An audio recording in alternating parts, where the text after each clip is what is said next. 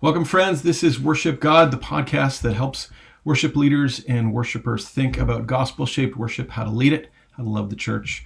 I'm Jody Cross, and with me is Rob Brockman and Pat Sabell. Hey, guys. Hey, Jody. Love doing this with you guys. Thanks for being here today. This is a wonderful episode. We're going to talk today about bringing people on the team and when you have to have those difficult conversations.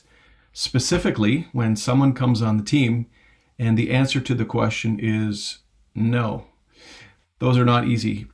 I think that when people come to the church and they want to be part of the team, it's always an exciting thing because usually we're looking for people. We look for people, we want to grow people up. But with that open door and that willingness to welcome new people also gives us the opportunity to have to say no to some of those people as well. So those are not easy conversations, and probably many of you who are leading teams or in charge of Audition Process or overseeing worship ministries in a local church have had to have that conversation. Maybe it hasn't gone well, maybe it's gone well. We'd love to hear your thoughts on what your experience was, but that's what we're going to talk about today. So when someone comes to you, Rob, I'm going to start with you. Someone comes to you, knocks on your door, says, "Hey, Pastor Rob, I'd like to be part of the worship team." Obviously, the answer is either going to be eventually a yes, a not now, or a no. Yeah. Tell me about the challenges of even sorting through that, and what are you looking for to help understand whether it's a yes, a not now, or a no? Yeah, I think the first thing that I need to always remind myself, because sometimes I can think like a musician first and not a pastor first. So I've got to kind of remind myself that this person isn't just a skill to be harnessed.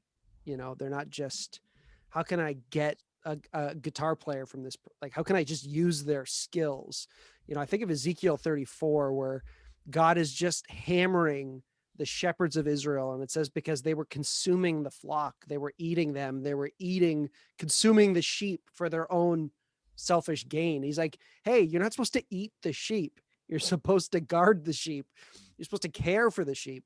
And so for me, I know I've got to wrestle that instinct off the top.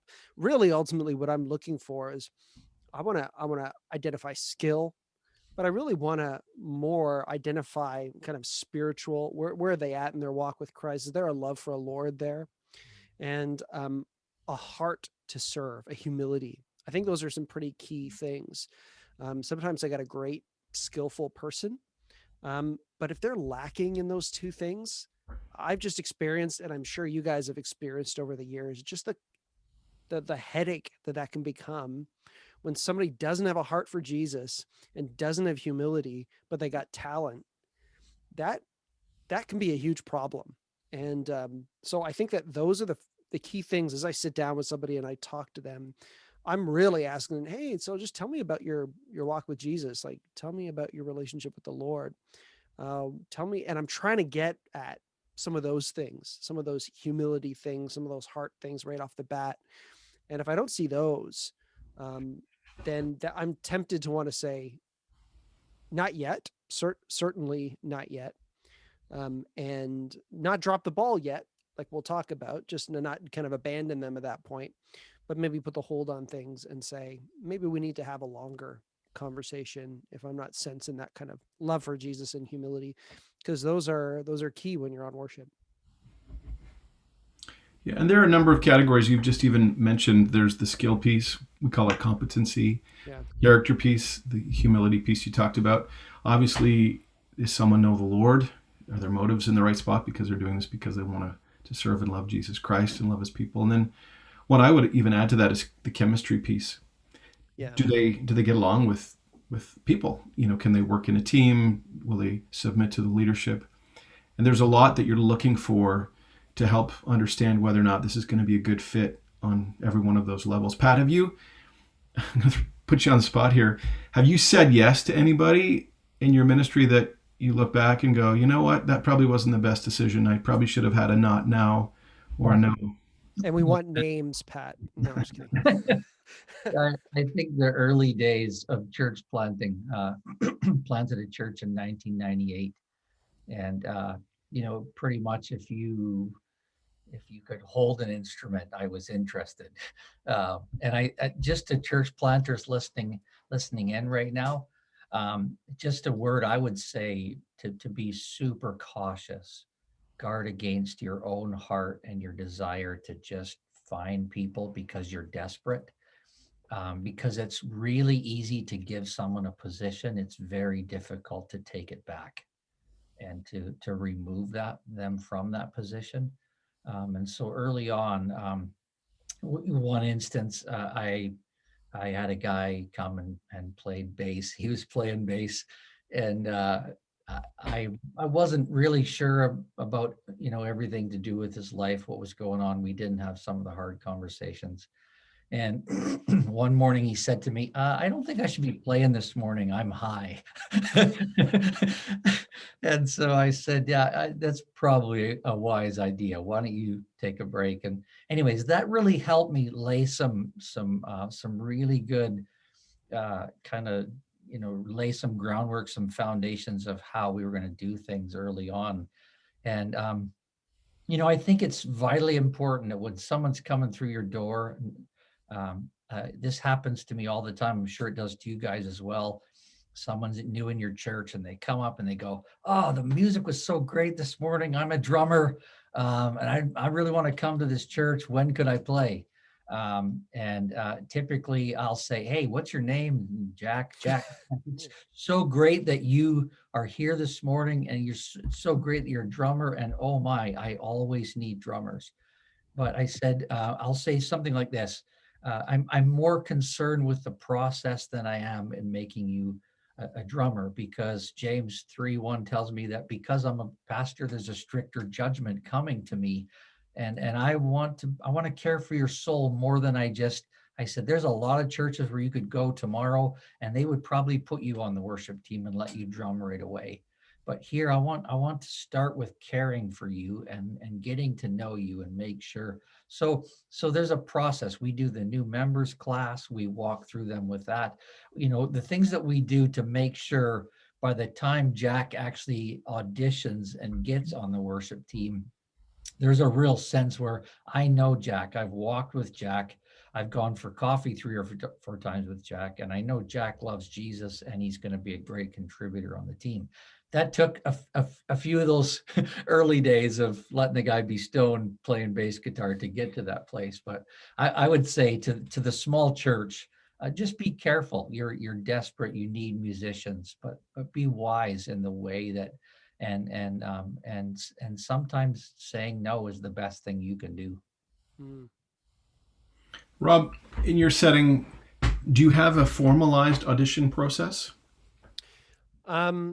Yeah, I mean, it's a formalized audition process for me will look like first a conversation, just talking, getting to know the person. Typically, these are people that I know already in the church. They've been engaged. So I'm not, it's rare. I can't even remember the last time like a new guy showed up to the church and wanted to get on board. Typically people in my church come for like a year, 2 years. And it's actually harder in my church, I find, just to get people on board.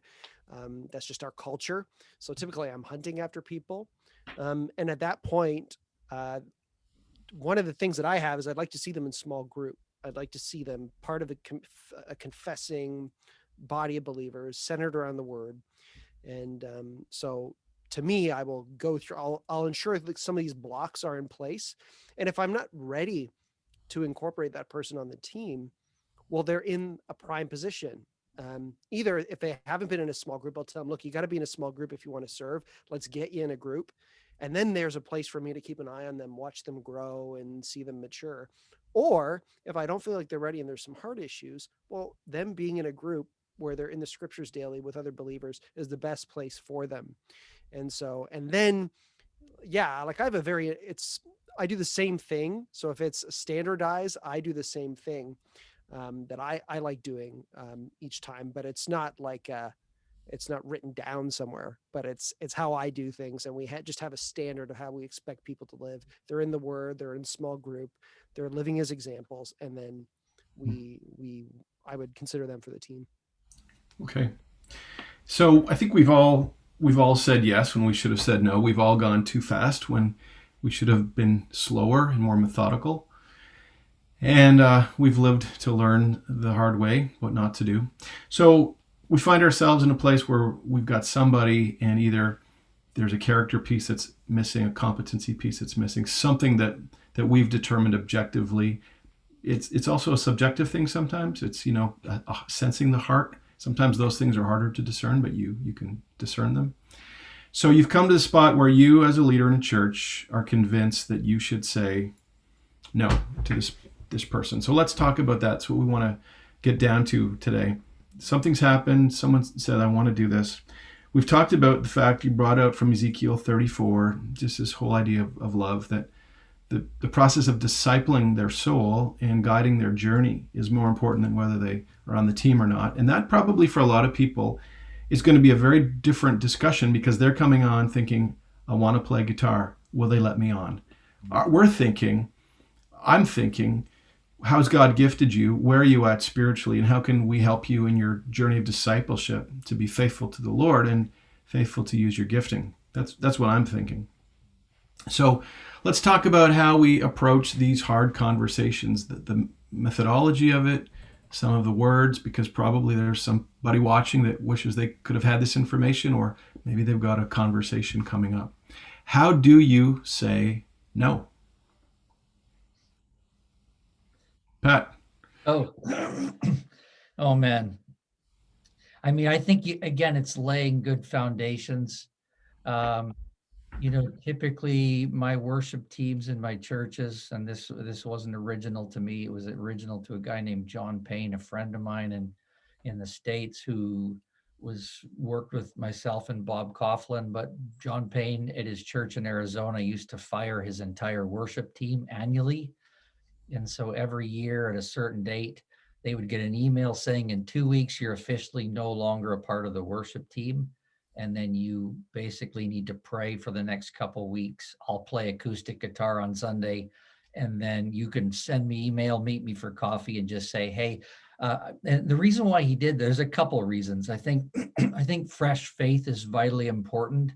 And often people are finding their identity not in Christ, but in the fact that they're the bass player at such and such a church, or I'm the keyboardist. I've always been the keyboardist. And so if we start by, everybody holding the gift of being on the worship team loosely and not like this, that's a great thing. When you lay that foundation early on, I've had some holy moments where someone in my worship team that was maybe like what I might consider a C-type singer, she emailed me one time and said, Pat, thanks for doing this, for firing us annually. It gives me time to pray and think about, my family. Should I serve in there? Is my husband suffering because I'm serving? So it was really helpful. But I watched her one Sunday worship just in the congregation with her hands lifted, just passionately loving Jesus. And she was a worshiper, whether she was on the stage, whether she was on the worship team or she wasn't. And she said, I'm happy to come back, but if there's someone who could do a better job, I'm also happy to serve somewhere else. And what happened, I think, over 2-3 years, where we were, constantly a once a month worship team meeting with big view of God and accurate view of ourselves, helping people understand that. I think there was a healthy diet in the church of big view of God, a right view of ourselves.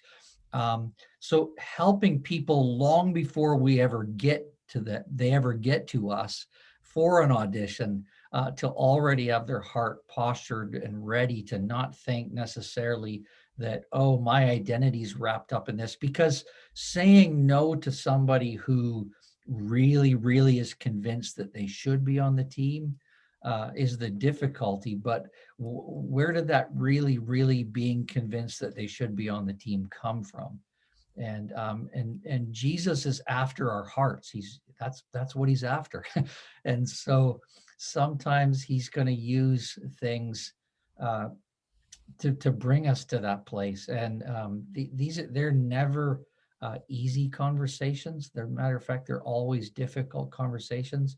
but I want to lay the groundwork. I want to model it first and foremost to my worship team. I want to model it to my church that I'm a man under authority, that I'm someone who is needing to receive input and correction, that I don't see things as well as I should, and so I need brothers and sisters in my life to speak into my life. That helps me when someone's coming through the door. I just auditioned a young lady recently at Midtown, and I had to say no. And she sent me a text back a few hours later and said, "Thank you for being so gracious." But I think it was a combination of a couple times that we met where I laid the foundations of, hey, guess what? Jesus is great and he's big and I'm small. And the fact that he would ever call me to whatever place in his body to serve, I just want to do that. And if it's not on the worship team, yeah, I think we've created this thing sometimes that the worship team is the be all and end all. And so if you're not there, you haven't arrived. Hmm. And so I'm talking way too much, but there you go. Well, that's a good story and a great ending to a hard conversation. 1 Peter 4, I love these verses, and I think it speaks to the fact that our goal, my thought with people that I'm talking with is 1 Peter, as each has received a gift, use it to serve one another as good stewards of God's varied grace. Yeah. And one of the discussions I have with people is to say, God has gifted you. God has given you gifts and abilities and passions and talents. Let's talk about that together. And part of you talking about framing it and laying a foundation, part of what I do is to say, even at the beginning, that this discussion isn't whether you should play guitar on the worship team. It's more discovering your passion, your heartbeat, and how God has gifted you, and where best the church has a need that you can fill, that you can serve, and be fruitful in terms of what God's calling you to do. And I think that's not a cop-out. I think that's really an important thing to talk about, because it may not be guitar on Sunday morning. Maybe it's music in kids ministry, or maybe it's serving food to the homeless, or teaching in youth ministry, to help people understand that. And I think you're right what you said, Pat, just about there's a bit of a celebrity culture about, the platform is it, and it's really cool to be on the worship team, and if you're a musician, like, that's where I got to go. That's where I get my identity from. And we do need to change that way of thinking. Mm-hmm. Rob, I have a question for you, if I can ask you this one. So someone comes to you, how do you know when you're looking at somebody if they are musically good enough? Is there a sort of a standard, or, how do you determine whether someone's good enough to play musically? What criteria do you use for that? Yeah, and I think, again, we need to be careful that our criteria is not stained by sin. There are bad criteria, unfair criteria, and then good godly criteria. And I think that it's important, like, even when we talk about, so this idea of excellence, I think, is a good criteria. Okay, we need to bring excellence, but excellence does not mean professionalism.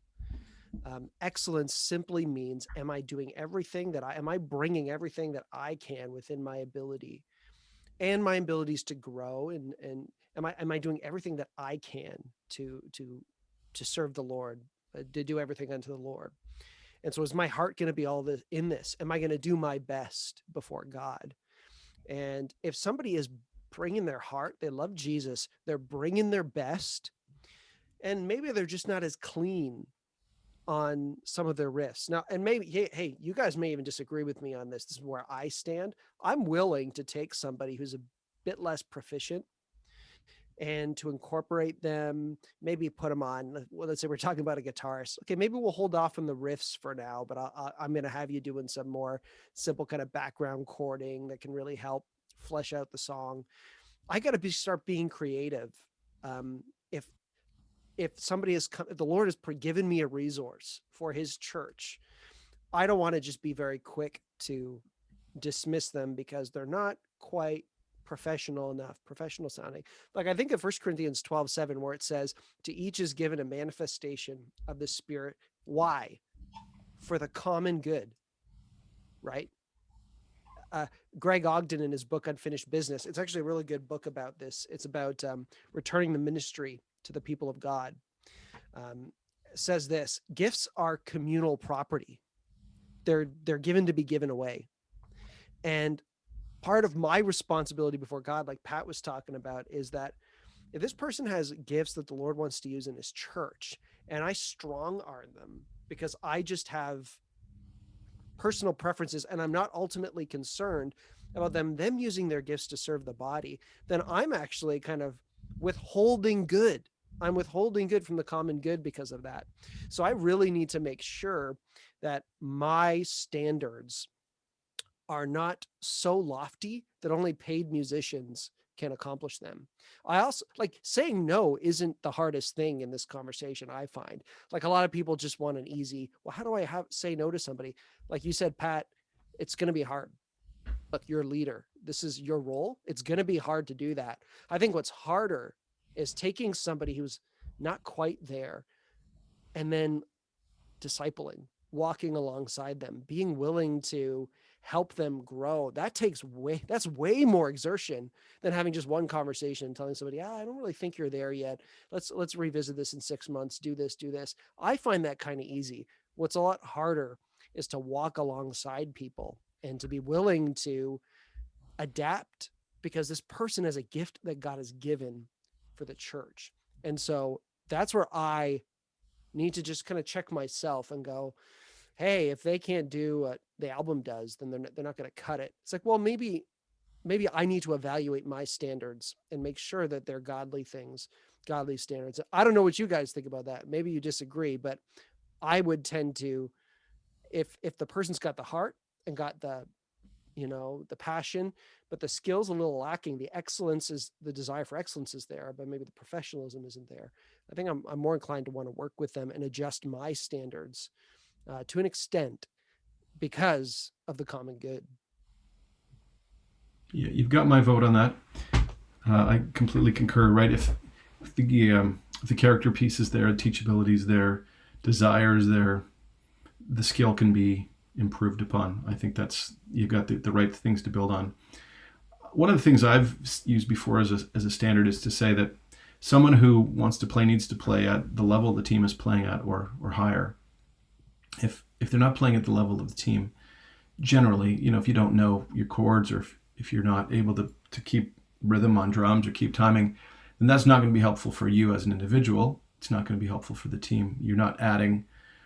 Doesn't mean that they're not going to be able to be used somewhere else in the church, and that's maybe in the not yet category. Maybe there's room for development, working with a metronome, those kind of things, get some lessons. But that's a quick criteria that I use to evaluate someone's musical fitness for the role. And just an example of that, I had years and years ago, I had a guy who had joined try to get on drums, and like within 20 minutes, it was clear that he was way out of his depth. He could not, he kept going off. He was soloing too much, losing the click, distracting everybody, couldn't stay on time. And there was just a clear, like you only really get that when you put them on the team in a rehearsal environment. Like if you just play with somebody in your room, typically they can kind of follow along with you. But then when you put them on a big band, those sorts of things kind of get drawn out. So I think that is another kind of great way to try somebody is you got to have like a rehearsal process that's not Sunday morning that they can come out to with the team and play with them. And then you get to see kind of some of those weaknesses or strengths and kind of natural character things. So that would be another thing. Get them on with some other musicians. Good. Well, so talking about what can go wrong and what can go right. Pat, you gave us an illustration of what went right. So having a hard conversation with an individual that you've said no to them, give us a couple of things that can go right in terms of what God can be doing in the midst of that with this individual.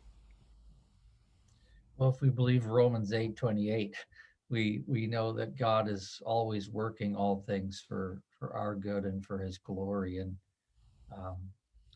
I think it's vitally important that we see a person in front of us, not a gift. And we are, I think you guys have said all along that we're seeking to care for them. And so if it has to be a hard no, maybe it's a follow-up later to say, hey, how are you doing? just checking in on you. I think it's just important that we care for the people in front of us. They're the ones that Jesus shed his blood for.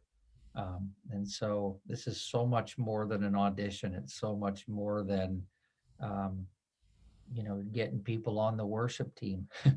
This is about people being connected, and as each part is doing its work, the body is being built up. And so we want to be intentional. I think just intentionality and creating a process is going to bring you to a place where people understand, this is the process I go through to get on the worship team. I think, some of the things that you guys were sharing of, um, just having the opportunity to open up and let people that maybe aren't at the level that we'd want them. Uh, I would just say, make sure there's a standard and there's a bar. So, and if you have the bar too low in your team and you're just accepting of anything and everything, it makes it difficult down the road to raise the bar. Too many places where I go and I talk to little churches, lay people that are serving in a church, they've had, little to no bar at all. And so anyone or anything can play an instrument. And I think it's very difficult to raise the bar. Then I would just say, wherever you are, say, here's where we want to start. This is the level, this is a standard. And bring that home to people, communicate that to your church, communicate it to someone long before they come into an audition. I send them, we have a worship team requirements. I send that out in advance and they read through it. So they know automatically that here's the 15 things that if I'm not at least at that level. And then one last thing I would say, Jody, is Harold Best's book, Music Through the Eyes of Faith, the chapter on excellence, I think it's chapter 5, is a must for anybody who's who's caring for people on their team. There it is. Rob's got it. And he defines excellence as stewardship. I'm not to try to be like someone else. I'm trying to be better tomorrow than I was today. And so if God has given you a level of gifting, maybe you're not an A musician, maybe you're a C musician, like I think I am, then I just want to be the best C. I could try hard. I don't think I could ever be an A musician. I don't know what it is. I practice and I've done music theory and those things. And my fingers just only want to do so much. And then my son comes along and he makes me look really bad. And he doesn't practice half as much. He's got way more game. And I think there's people like that, but whatever God's gifted you with, however level of skill, be the best you can be with that. And I think that I want those people on my worship team. And I don't think there's a worship leader out there, a worship pastor that doesn't want those people out there. So. Yeah.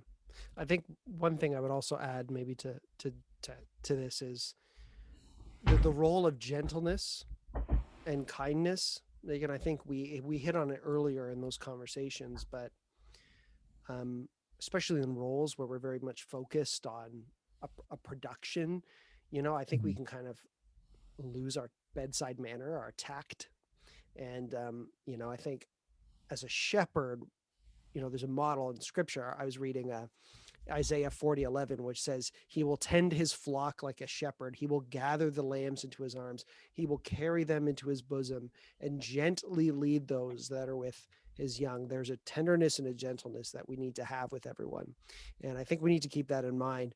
And especially when we're having these conversations, that tenderness and gentleness can be huge. Because if somebody can feel your heart, and you're saying no to them, but you're saying no in a loving, kind, and generous way. And especially if it's more than just getting them on the team. What if we haven't even talked about, what if they just don't fit on worship, but they fit somewhere else? What role do I have to play in redirecting?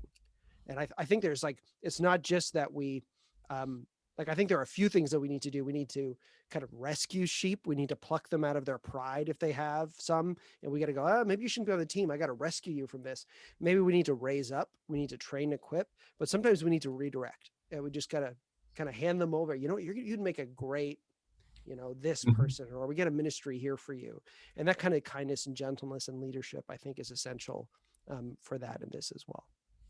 Yeah, I see that as a host. In the foyer, someone comes in and you say, "Oh, tell me about yourself." You say, "Let me take you over here. I want to introduce you to somebody." Yeah. In a sense, you're walking with them away from the door to the stage. You're taking them downstairs to the kids ministry and say, "I want you to meet Sally, because I think you two really would hit it off together and be able to share some good giftings." Mm-hmm. So, this can go really, really well. We've talked a lot about growth, humility. We've talked about patience. And sometimes the no for people is just that they need to invest in their craft more. Or maybe it's the wrong motivation. When it goes well and right, it's a beautiful thing because it's body life. It's the one another's of the scriptures. When it doesn't go well, when someone's pride is hurt, when their feelings are hurt, when they're disappointed, when they get angry, and those things happen, let's just pray and hope that in future conversations that it's not because of our lack of sensitivity and gentleness. And I think we should even pray in advance of these hard conversations that they will be teachable and that they'll be humble in receiving this information, as your friend Pat, who responded with a really positive text. Some people, probably in the extreme solutions, will say, "You don't want me on the worship team? Fine, I'm done. I'm out of here." Right? And that is not hypothetical. That happens. Yep. And if that's the case, and we've done as good of a job as shepherding them as we can, obviously that's revealed a much deeper heart issue that probably we saw a bit of anyway somewhere in the process. It's a beautiful picture of pastoring and shepherding and being gentle and leading people. And I'm just reminded, even we're going to close this up in a second, but even of bringing young people, that's a whole other discussion. Someone who's 16 years old, who's very nervous, and you either think they've got some skill or they've come up desiring. And in that moment, in some ways, we have the rest of their life in our hands as we make a decision about them. And maybe we can have a future podcast on dealing with young people and young musicians, because that's a whole different world. Sometimes someone walks into youth group and they're going to walk in once and they look around the room. If they're rejected, they're not going back. They write this group off. They write the kids off. They write sometimes even God off just because of a bad experience. And we want to make sure, even with our young people, that if we have to say no or not yet, that we are very, very wise and discerning about how to deal with those people as well. Well, this may in fact lead us to talk about related issues in upcoming podcasts. The audition process, an example, working with young people, which I absolutely love, investing in young leaders. And I know you guys do as well. Yeah. So everybody, thanks for watching. Hopefully this has been helpful in terms of challenging you and giving you some ideas. The final thing I want to say, and maybe we'll give one sentence each because I need one more. I'll give you guys one more. Is one tip that I would say is, when you're doing this audition process, do it with somebody else. So it's not, I'm telling you this is me against you. I like to use we language. I like to have a second set of ears, a second set of eyes helping me discern. And then shepherding this individual as a team. So, 2-on-1 in a kind of an affirming way, even when we say no. Last bit of advice, Rob, Pat? I would say, ask them permission to be real. Ask them to give you permission to be, to be a pastor to them, and to grant you that openness that you can speak in and challenge things. That can work really well. Excellent. I was going to say what Jody said. I think it's really important to have another person in the room, so it's not you against them. I've had those, and they don't go well sometimes. So that third person is able to. But preference has a lot to do with things, and I tell people that. I say, God's called me to lead this ministry, and I have a certain bent in the way that I will do things that you might not prefer, and unfortunately that's how it is sometimes. But having that other person in the room in the end is really helpful. And I was going to say, if you're auditioning someone who's of the opposite gender, then it's helpful to have someone of that gender as well. So if it's a lady that's with you, it's nice to have a lady with you in the room, to understand, to speak, to be there to support her in that way. Well, guys, thanks for great thoughts today. And thanks to TGC Canada for hosting this, for allowing us to do this. We hope you're encouraged. We'll see you next time. Thanks.